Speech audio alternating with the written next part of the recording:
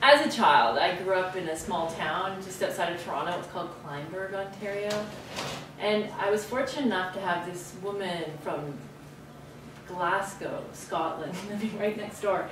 Her name was Alice, and we always called her Alice in the Palace, and she lived really high up on this hill in this little white cabin. Sweet woman, and she was an artist, and so I was exposed to all this paint and beautiful nude paintings at such a young age. So I'd go and she'd let me play with her paints, and I'd paint, and my father was a car collector, so my subject was like old vintage cars, quite a contrast from her. So.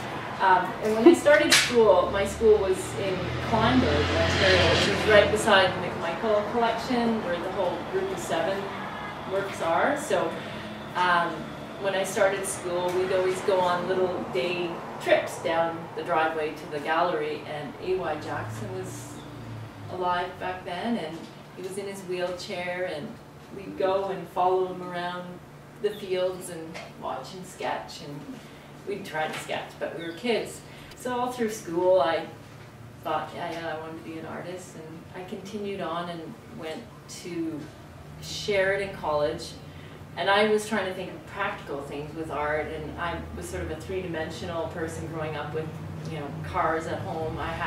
Father had a metal workshop, and so I was always into building things, and I was welding and, you know, using the hammer and stuff when I was a kid. So I had that kind of functional side of me. So I went to Sheridan School of Craft and Design, and I got into metalwork, doing jewelry and glass blowing, of all things.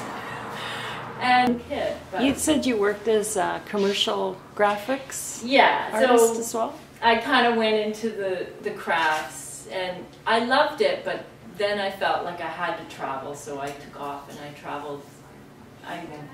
I came back after touring Europe and seeing all these amazing paintings, and so that history of art really influenced me in another direction. So, you know, and the school I chose to go to was run by 10 Canadian artists that had started a school in New York and moved back to Toronto. It was called ArtSake, and this was a studio school, and it was one-on-one with artists, and again, back to the life drawing and the nudes and stuff you had to start with, and I still kind of went into the 3D. I did a lot of sculpture, and I wasn't a big painter. I loved drawing and building.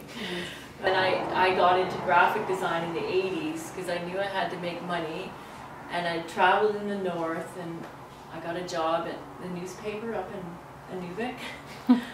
So with my photography experience, my drawing experience, I was the perfect asset in the papers. I toured around doing newspapers for 5 years. How does that relate to And you arts? said, but it was creative. And you were doing drawings for editorials too? Yeah. Anything that had to do with art, I kind of got pulled into doing that. And I moved back east to Toronto and got into advertising and worked still in the graphics and the illustration, graphic design, art direction for years. And then I was missing the three-dimensional building things, and in the 80s, I don't know, it was kind of popular, that twig furniture. And I met a fellow out of North Carolina who was an incredible willow maker, and so he taught me how to build willow furniture. And I also worked with a fellow, Greg Kay, and we just started making this furniture, and we had all these leftover scraps, and so we had all these pieces. It was a bit of a long story, but we came up with these bark marker pencils. I don't know if anybody recalls, but they were these little wooden pencils, and we put crayons in the end of them, and we sold a trio, and we called them bark markers. And we started that back east, selling them on the streets. It's sort of odd. Just before Christmas, and we were selling tons of them. And in the spring of like 1990, we moved out to Pemberton, and we were all of a sudden getting orders. People wanted these bark marker pencils. And we got to Pemberton, and we had this huge order from Roots and Eaton's. It was an unbelievable order, and we packed everything up from Toronto, moved to Pemberton, and we had to still fill these orders. And so I think school had just quit, and we got about 20 kids from the high school hired, and we set up this little makeshift workshop in our property that we bought, like instantly bought a property with a covered roof. And we set up these little stations and made this little assembly line, and these kids started cutting the wood, drilling the holes, putting the crayons in, and sharpening them and packaging them, and we'd have these boxes after boxes shipping out of our workshop. It was unbelievable, and by the Christmas of like 1990, we had like hundreds of thousands of orders. It was unbelievable. We had Macy's and Origins in the city. We had companies in Japan and Germany calling us. It was hilarious. And then you Yes. you were mentioning that you also got into willow furniture then out here because... Well, I was making it. I was trained with that originally, so then I did workshops, and it kind of caught on. And early 90s, everybody was like realizing that the willow was sort of popular in home magazines and stuff, so kind of tired of that. Bad. And I had discovered that I had all this great workshop, and you know, I was doing the drawings for our graphic design business as well, and I just picked up the paints once I had my first child. I was kind of like, okay, now I can't really do as much, so I started painting and kind of going back through all my stuff from school and thinking, where did that go? There was a huge gap of maybe 15 years where I didn't paint, and I started with little vignettes around the valley, and I don't know if you're familiar with Tony Only. He came to Whistler in the 90s, and I met with him, and I did a little workshop with him, and I was fascinated by how quickly he could capture these mountains, and I was like, oh man, what am I thinking? Like, this guy, oh, he's very well known about this.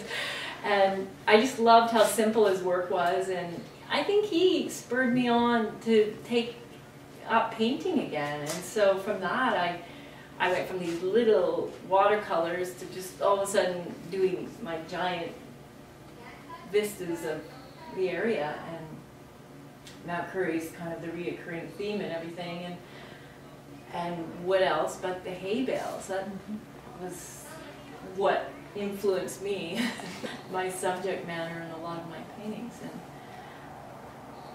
And I just love the colors in the valley, the blues and the greens, and that's my influence. Now, do you work outside when you do painting, or do you work from a photo? I work outside in the summertime, and I work inside in the wintertime. I take tons of photos, and I do lots of sketching when I'm out. I was up in the mountains just the other day, and little sketches and photos so that I can have reference of what color the lakes are or what the stone is, and then I bring that back and I just keep it on file for later on if I want to refer back to.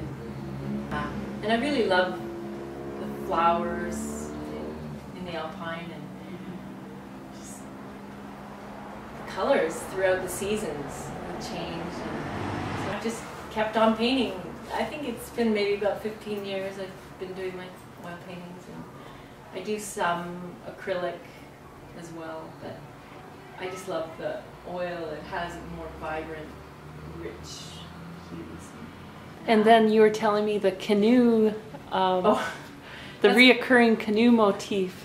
Instead of Tom Thompson, no. I grew up in Ontario, and I was really big on canoeing in Georgian Bay and up in Algonquin Park. And if you're from back east, I don't know why it's so popular. Everybody canoes. We're out here, it's that sort of a gentleman's sport, and people don't really get in their canoes. They're more, we have kayaks and canoes at the 1 Mile Lake, but it's like dragon boat. But so I'm always throwing canoes in some of my paintings, because I'll go fishing and take my boat, so it just happens to be part of my subject. Like, I don't know, this one, Duffy Lake, there's quite a few lakes we go to and fish, and so I like to take the canoe and fish from that. Pemberton's great, and I think what captured me with the painting was that everyone could fall in love with little pieces of the painting that they could remember from a childhood, or I'd have someone go, "That's my uncle's barn," or "That's so-and-so's this," and so it was really neat to have people so emotional over a piece of work, and I thought, well, if that's what my art does, is give people happiness, then I'm doing something good with my art, and so it makes me want to do more.